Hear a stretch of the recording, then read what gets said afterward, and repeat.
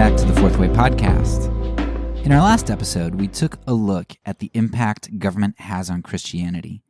I concluded that government tends to have an alluring power, a power which tempts and corrupts. Governmental power causes us to idolize the state as a savior. It causes us to become consequentialists who justify our means with our intended ends. It causes us to exploit and to do violence to others. It causes us to lord power over others and to create outgroups which we demonize and hate. And it causes us to define good and evil for ourselves and to refuse submitting to God's foolish means.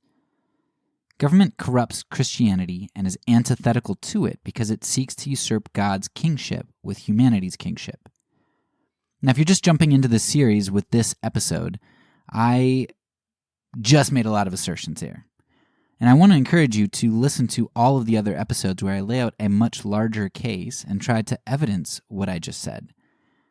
In this episode, my goal is going to be to show not how government corrupts Christianity or morality, but rather how it actually impacts the world.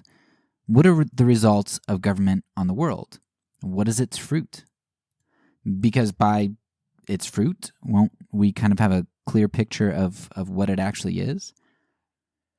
Now, obviously, I take a pretty negative view of government. So I'm going to be focused largely on the negative aspects here. However, I want you to understand a few things before I get into the fruit of government. First, I want you to know that I'm not focusing on the negatives of government in an attempt to just cherry pick bad things and say, see, look, there are some bad things, government's bad. I can acknowledge that there are some good results of government. However, it seems to me that the perception of the good government is far bigger than our perception of the bad. Therefore, I feel like I need to kind of fill up the other side of the scale because you all, most likely, have filled up the good side. Now, you might say, no, I don't like government.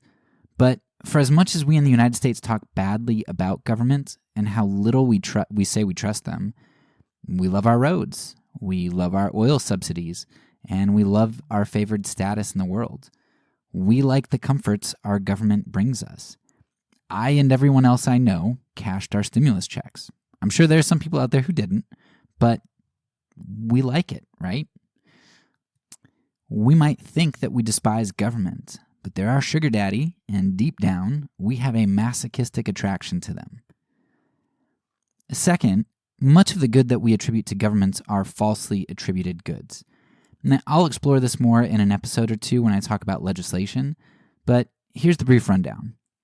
Oftentimes, especially with legislation, governments implement policies retroactively, after public sentiment has already changed.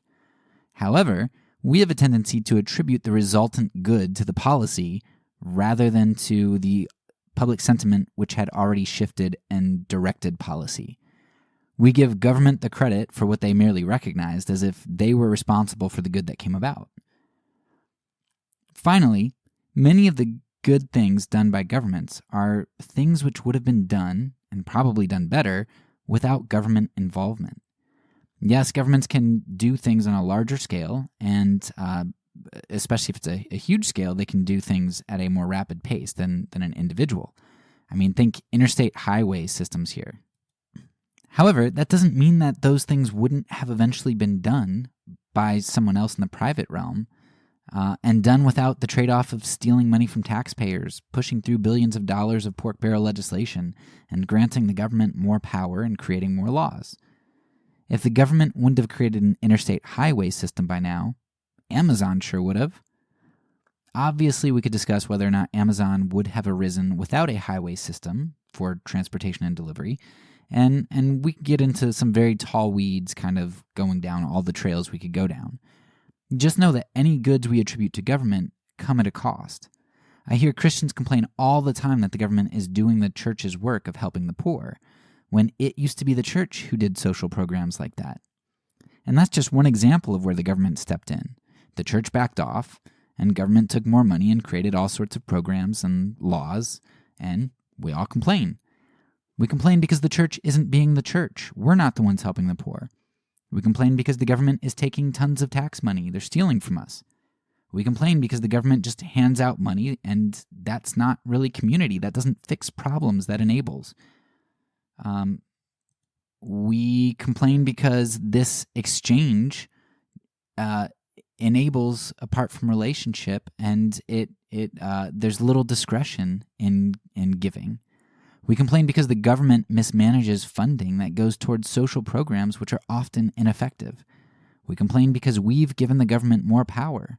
There's been more legislation, and a whole constituency has been built around a group being funded by the government. So is it really good that the government is helping the poor?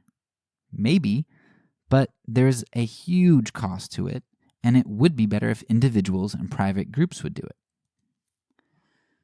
Okay, so with that preface out there, let's get into the impact that governments have had on the world. I debated how I wanted to go about doing this, and I thought about discussing human rights and all the ways that they've been subverted through legislation, tyrannical individuals, and tyrannical majorities. I thought about discussing the ways that we economically exploited other nations, whether that was through forced labor or basically stealing from them by force. I mean, there are lots and lots and lots of things that we could discuss, and most of those things that I just mentioned are, you'd have arguments like, well, this legislation did this damage, and somebody would say, well, no, it didn't, because it was offset by this good, and you get down into deep, deep weeds. So I felt like we would be going down some pretty long paths that I'm not really interested in going down here. I don't want to dig down into the nuances of hundreds of countries through several millennia. There are tons of podcasts and resources out there which dig deep into that kind of thing. Dan Carlin's Hardcore History is one of my favorites, which, while it doesn't focus on the horror of government, ends up illuminating those things in just about every series he does, and he's awesome. So what I ultimately landed on for this episode is I'm just going to focus on one thing: democide, or the killing of humans by governments. Now, the amazing thing is, to show you how bad governments are, I don't even need to get into all of the tons and tons of ways that they're bad. Just this one area is so egregiously bad that I think it's fruit rotten enough to show you, to make the point that I'm trying to make. And now, I'm only going to scratch the surface in terms of number of countries I mention, and in that, I'm only going to scratch the surface of the atrocities of each nation that is mentioned, and in that, I'm only going to scratch the surface of the time frame, the time that each of those nations has been around. So when we talk about just scratching the surface, this would be like a feather scraping across the top of your epidermis. This is barely scratching the surface of the rotten fruit of government. It is a minute but horrendous example of the horrors that government brings. And what I hope you'll understand here isn't that I'm saying evil and horror wouldn't exist if government didn't, but rather that governments are no panacea. And in fact, they're one of the major problems, one of the major evils. The entity of just one government can kill and destroy on a level unimaginable. So what I like to do is I like to compare governments to individual homicides from around the world. So for example, the homicide rate worldwide has been about 400,000 per year, sometimes 350, sometimes 450, but about 400,000 per year since 1990. And our population has boomed, so we've got more people today, and it's still around 400,000. It would take approximately 150 for a low estimate and 300 years for a high estimate at current rates of homicide to reach the number of casualties caused by governments in World War II, a war spanning only 6 years. And depending on if you took the low estimation or the high, right, it gets worse, right? The low estimate is 150 years to reach, at current homicide levels for individuals, to reach what governments did in 6. So for this episode, I'm just going to list some of the most egregious results of government. And at the end, I'll also throw in some of what I think are some of the other terrible highlights, which in terms of numbers might not all be the worst, but in terms of just malevolence are, I think, terrible. All right, so number 1, World War II. A low estimate has 60 million deaths as a result of World War II, the vast majority of which were civilians. Approximately two-thirds of deaths were civilians.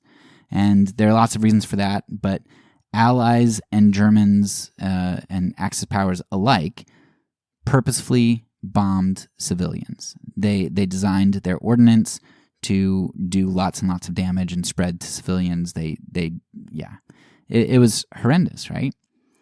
Civilians were targeted by all governments, and it was considered reasonable to do that. The bombing of Dresden, the Tokyo fire bombings, which the Tokyo fire bombings actually killed more people than the atomic bombs, and then, of course, the atomic bombs. And those are just some of the worst examples, and all of those were done by the Allies. Now, of course, you have the Holocaust for the Germans, but the Allies were no Boy Scouts.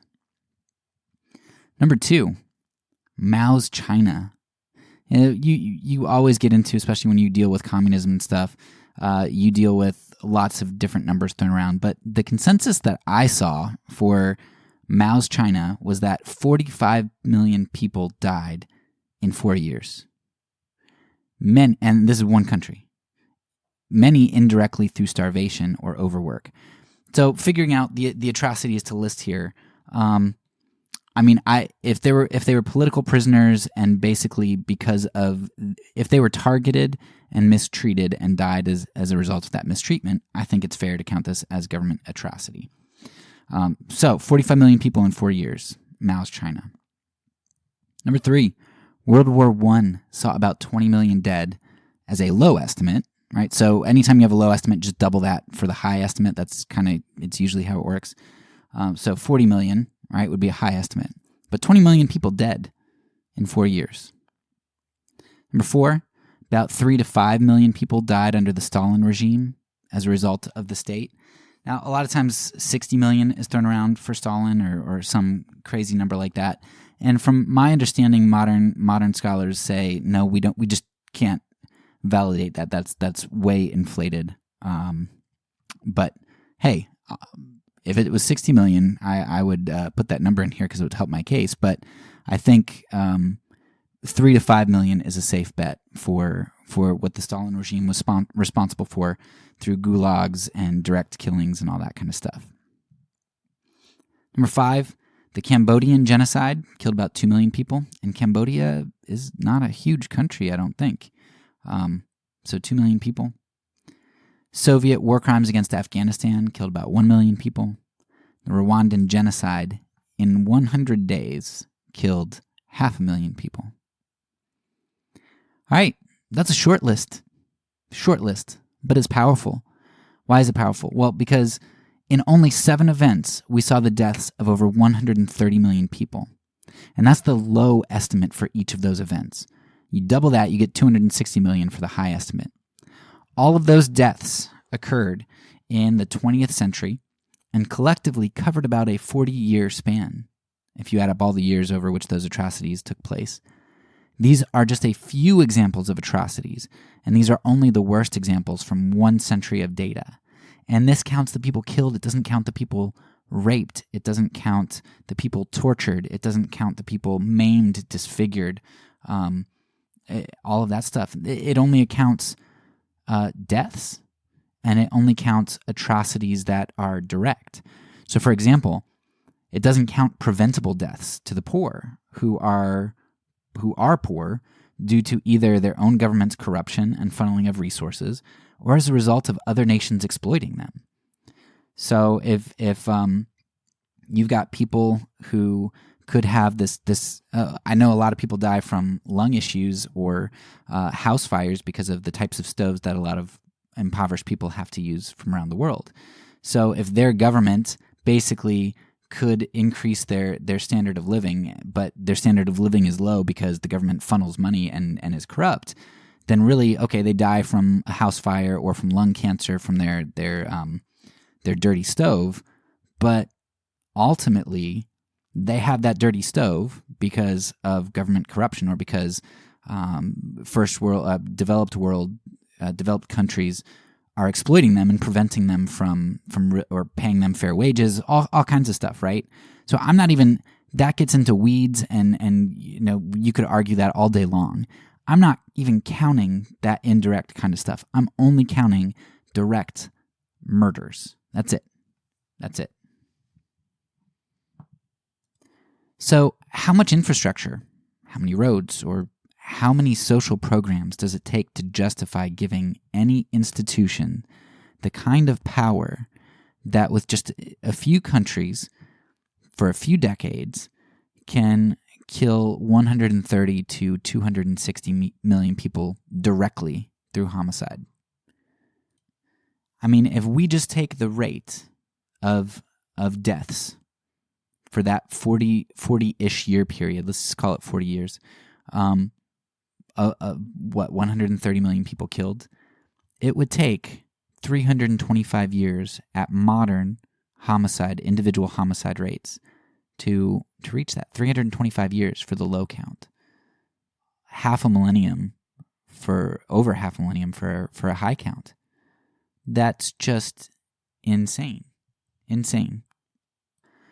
All right, so governments are pretty terrible, right? And that's just a small sampling. Like I said, feather scratching the epidermis. Now let's get into some of my other favorite highlights to point out the wickedness of government. And because I'm a U.S. citizen, I'm going to focus on the U.S. because that's what I'm familiar with. What has my government done that maybe doesn't reach the numbers of some of these other things? Some of them do, but is just in terms of horrendous evil. Well, in our short history, we have initiated a genocide against Native Americans, murdering millions to tens of millions of them through guns. And yeah, we did purposefully try to give them blankets with diseases and things. I've read the primary source quotes of some of those people arguing those things. I don't know that was necessarily like every president or how high up it was, but yeah, we did that. And of course, there were a lot of Native Americans who died inadvertently from diseases, but had we had the chance to purposefully do that, we would have opted for that, right? We were glad, our nation was glad that the Native Americans were having the diseases. So yeah, we would have done it if we could have, but we didn't have to in some cases. So we committed genocide and had genocide in our hearts against the Native Americans and stole their land. And when we made treaties and we found gold on their land, we took back those treaties and ripped them off. What else did we do? Well, we wrote slavery into our government, into the founding documents. We supported the buying, the selling, the kidnapping, the beating, the raping, the murder of millions of slaves and subsequently black men and women in our nation. We forcefully sterilized black women and Native American women, as well as the poor. Even approving of this practice, there is a Supreme Court case, Buck versus Bell, in I think it was 1929. Buck versus Bell, a Supreme Court case, justifies sterilizing people, not just women, but men as well. And you can actually go. I think it was North Carolina, Virginia, something I know on YouTube. You can find an interview with somebody who was old when they interviewed him, but where he talks about how he was sterilized and why. I think they did something like 30,000 in various states. We also used black women, black men, and prisoners as experiments for medical practices and treatment. Tuskegee experiment's one of the most famous, but there were definitely others that used prisoners and black women. We created legislation in 1970. Let that sink in. 1970, which led to the forced sterilization of Native American women. This is after the Civil Rights Act, which I know that we usually think Civil Rights Act is primarily focused on African Americans at that time, but We're talking about civil rights, like just in general. And in 1970, our government had legislation which led to the forced sterilization of Native American women. We have overthrown a number of democratically elected leaders in South America and the Middle East, Iran being the best example. And in some cases, like in Iran, we actually installed tyrannical, torturous, pro-West dictators who made their own people disappear, right? Who were horrendous. For most Americans, they don't know why Iran hates us. They just know that in 1979, Iran grabbed some American hostages, right? I mean, why would they do that to us? Well, because our government is evil. Governments are evil, and we overthrew a democratically elected official in their government. What else did we do? We created unjust wars to land grab or to secure interests, like oil interests or whatever. So think Spanish-American War, land grab, Iraq, oil interests, and other interests in the Middle East. Those are two great examples, but they're not the only ones. We've supported tyrants and fostered proxy wars, like the one which raged over the past 7 years or so in Yemen, leading to the starvation and malformation of over 100,000 children, and the death and anguish of countless other Yemenis. Why? Because we like Saudi Arabia. They help to control things for us, keep oil prices cheap for us, and they buy lots of weapons from us that they use to starve Yemeni children. And again, this only gets into the deaths as a direct result of our violent policies and actions. This doesn't even touch the exploitation of countries which our economic policies create. Now, after all of this, I don't want you to hear me saying that the United States is uniquely evil. That mentality is us and them thinking. Yemen can look at the U.S. and say, we're the worst. And you know what? They're right. We are. Right now, the United States is the worst. The United States is Babylon. Go read Revelation and you tell me that United States is not Babylon. But the thing is, if Yemen was to one day gain the power and influence of the United States at the moment, Yemenis today would be fools to think that they wouldn't then be Babylon.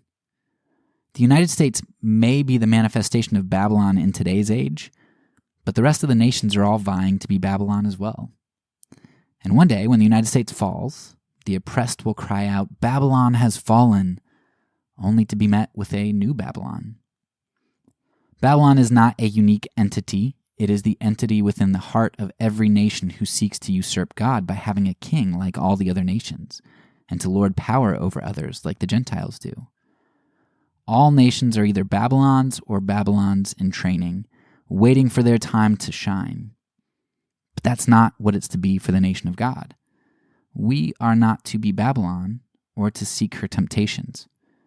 Rather than be enticed by her glimmer and shine, a polished veneer and facade, we are to be alternative lights which shine a light in this dark world and draw humanity to the true King, who will not be dethroned, and the only one who offers true freedom. Our true and only King is the giver and sustainer of life, not the purveyor of death. That's all for now. So peace, and because I'm a pacifist, when I say it, I mean it.